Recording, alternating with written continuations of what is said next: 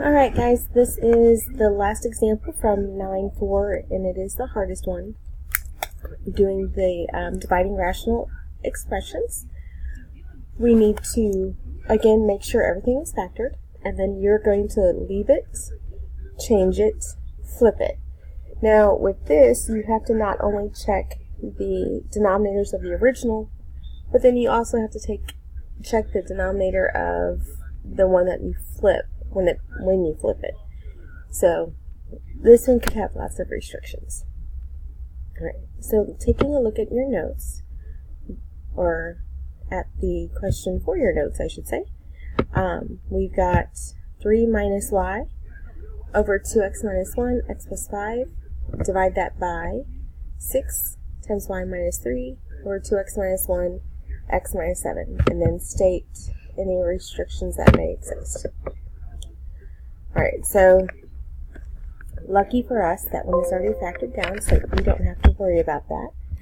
And we are going to come on over here, and we have 3 minus y all over 2x minus 1, and then x plus 5. We're going to divide this by 6, y minus 3, all over 2x minus 1, x minus 7. Alright, so then what we need to do is take a look at each of these terms in your denominator and set each of them equal to 0 so that you have your restrictions.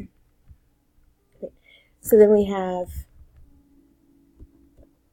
restrictions. We have 2x minus 1 equals 0. We have x plus 5 equals 0.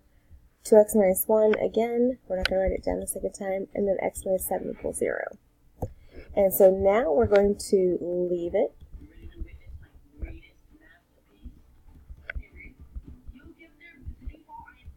And then change that to multiplication, and then flip this. So we have 2x minus 1 all over x minus 7, all over 6 times y minus 3. Alright, so we already have that 2x minus 1 and x plus 5 taken into consideration, so now we need to set this y minus 3 equals 0 and solve it for y. Alright, because you're multiplying, you can cancel out any like terms and denominator terms because 5 divided by 5 is 1. So 2x minus 1 divided by 2x minus 1 is just 1. Ooh, this one looks very, very similar to this one down here, except that is, the negative is on the y instead of over here. So we can make this negative y minus 3. And those are the same things. So then we can cancel this one out with this. And then we have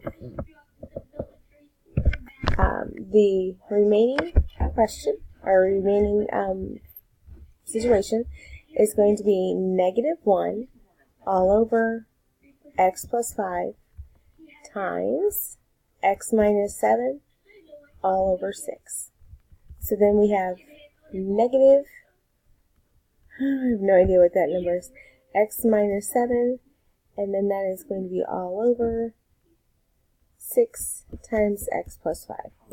So on one hand, not too bad. On the other hand, you want to make sure you're looking at all of your restrictions, just because that is the hardest part. Alright, hopefully that makes sense. If you have any questions, please email me.